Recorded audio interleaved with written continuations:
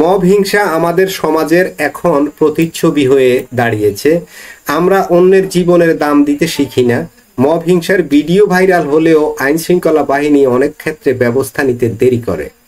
সাধারণ মানুষও বিচার ব্যবস্থার উপর আস্থা হারিয়ে নিজেরাই বিচারক হয়ে যাচ্ছে, এমন এমন মনে করেন শাহিন ভাই?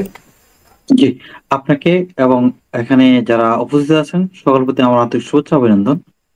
তো আপনার প্রশ্নটা, আমি আপনাকে মব কথাটা কোথায় আমি একটু বলি, তাহলে আপনি বুঝতে সহজ সহজ হবে। তো এই যে মব আর মবলিং আর মবের যে আমাদের ডক্টর ইউনূস, তো উনি যখন উনার যে দুই হাত যাদের মাথার উপর ভর করে উনি ক্ষমতায় বসছেন, তো তারা হচ্ছে যে মানে মব কালচারটা ক্রিয়েটের মেইন খুঁতা। এখন যারা উনাকে নিয়োগ দিয়েছেন, যার আহ্বানে তিনি আসছেন, বাংলাদেশের ক্ষমতা গ্রহণ করেছেন, এখন আপনি কি আপনার বাবাকে কিছু বলতে পারবেন? আপনার বাবা যতই দুষ করুক, আপনি কিছু বলতে পারবেন?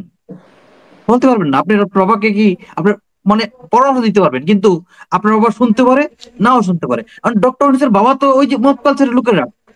কারণ আপনি আপনি যদি একজন এই জাতীয় লোকের কাছ থেকে আপনি অ্যাপয়েন্টমেন্ট নিয়ে থাকেন, আর আপনার দ্বারা কি মব কন্ট্রোল করা সম্ভব? আমি আসলে কি গতকালের যে ঘটনাটা, এই ঘটনাটা মানে আইয়া বেহিলিয়া যদি এই সময়ের কেউ থাকতো, হয়তো তারা লজ্জাবোধ করতো। আমি শুনেছি আইএমএ জেলের কথা, যে তাদের নিজের সন্তানদেরকে, তারা মেয়ে সন্তানদেরকে, পুরুষদেরকে না, মেয়ে সন্তানদেরকে তারা জীবিত কবর দিত, কিন্তু এরকম পাথরের মতো কুপায় মারতো না। এইরকম নির্লজ্জ জাতি আমরা দেখবো, এটা কখনো আমি এই বাংলাদেশে, বঙ্গবন্ধুর দেশে কখনো আমি আশা করিনি। অন্তত যে লোকটা সারা বিশ্বের শান্তির প্রতীক নিয়ে শান্তির দূত হিসাবে ছড়াচ্ছে, আর বাংলাদেশের মাটিতে এই ধরনের অশান্তি আর এই ধরনের মব কালচার সারা বিশ্বের কোন একটা দেশে, যে আমরা যাকে নিয়ে ট্রল করি যে উগান্ডাও আমাদের চেয়ে অত্যন্ত সুন্দর সুশৃঙ্খল পরিবেশে তারা জীবনযাপন করছে। আর কিছু কি বলবো আপনাকে?